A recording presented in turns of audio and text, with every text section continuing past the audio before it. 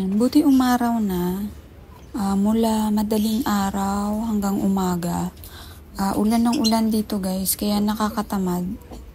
Ang sarap matulog. Kaya ngayon, oras na? 3:30. 3:30 na, so buti naman umaraw-araw na. And nakakatamad pa rin. Mga astro ko.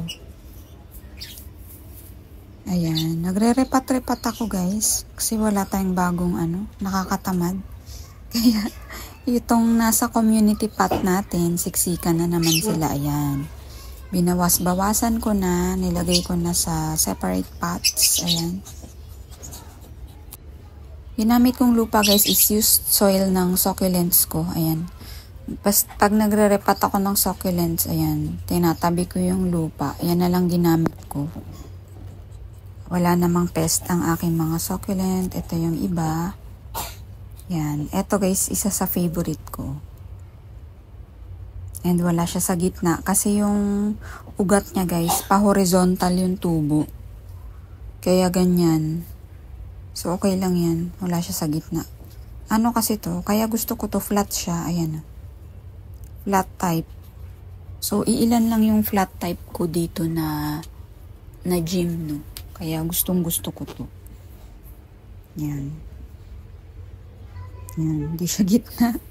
Yung ugat niya kasi hindi ko maano eh. Okay na yan. And then ito. Yan. 3 sila dyan.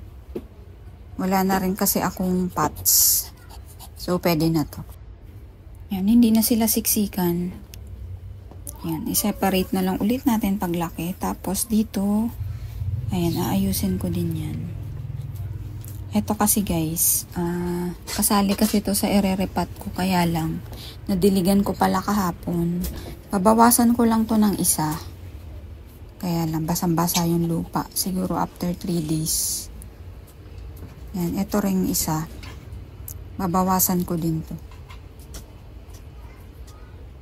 Yan, bawasan ko lang din ng isa. Para 2 na lang sila. Tapos paglaki, di isa na lang matira dyan. Ang cute sana nila dito eh. Ang cute pag hindi lumalaki eh. Kaya lang, yan, siksikan na naman.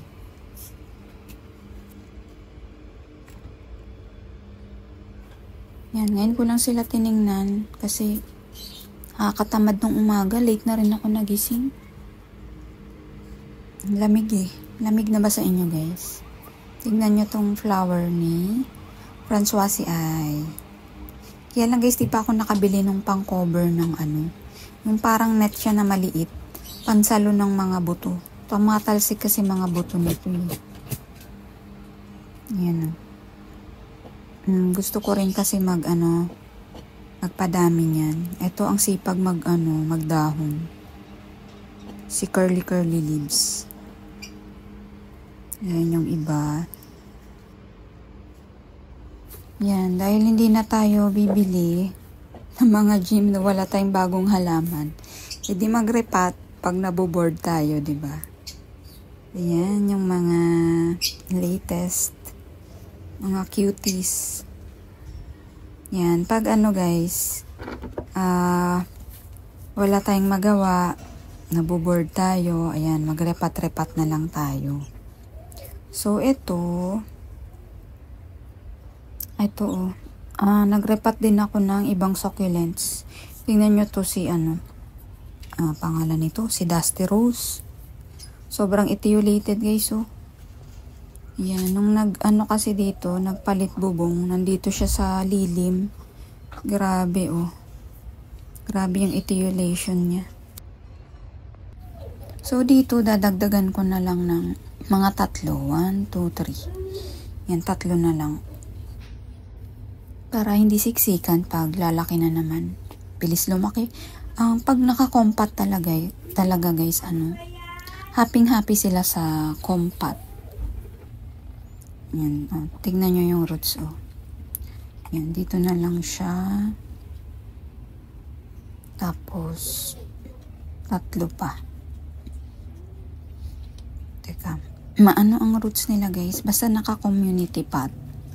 Ang saya ng ating mga gym. Ayan o. Tingnan nyo naman yung roots nila. Ang saya talaga nila pag pag compact. Teka. Ano na lang kaya? Teka. Ayan guys, apat-apat na lang pala. Ayan, 4 dito. Tapos, ito, 2 natira. Tapos kukuha ako ng 2 dito. Tig-1 dun sa maliliit nating pots. Ayan, saktong-sakto lang yung 4. Tapos tig-1 dun sa maliit dyan. Ayan, hindi na sila siksikan dyan. And ito na yung ating mga separate. Ayusin lang natin. Pakita ko pala sa inyo to guys. Diniligan ko kahapon. Nakakalimutan ko talaga, grabe diligan to. Pero, ayan, buhay naman. Pero sa dami ng seeds dito guys, ayan lang yung natira. Ayan, medyo malaki na sila. Ito yun nung July. Ito yung napanalunan ko kay, pangalan nito. Yung dito sa Silang Cavite. Prickly Beauties. Yan yung napanalunan ko. Tapos, ito naman yung finribbon sa atin noong September yata yun. Akala ko guys, walang mabubuhay dito. Pero meron pala. Ayan, sobrang liit. Kita nyo ba? Maliliit na green. Ayan.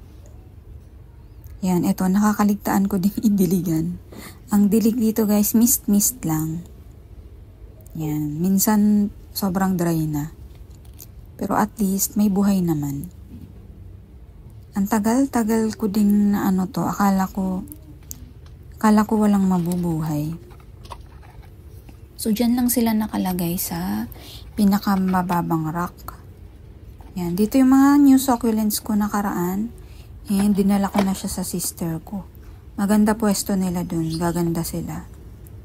Tapos kunin ko na lang ulit pag naayos na rito ulit. May lupa-lupa. Ayun. Yan, eto, dito na lang muna din sila.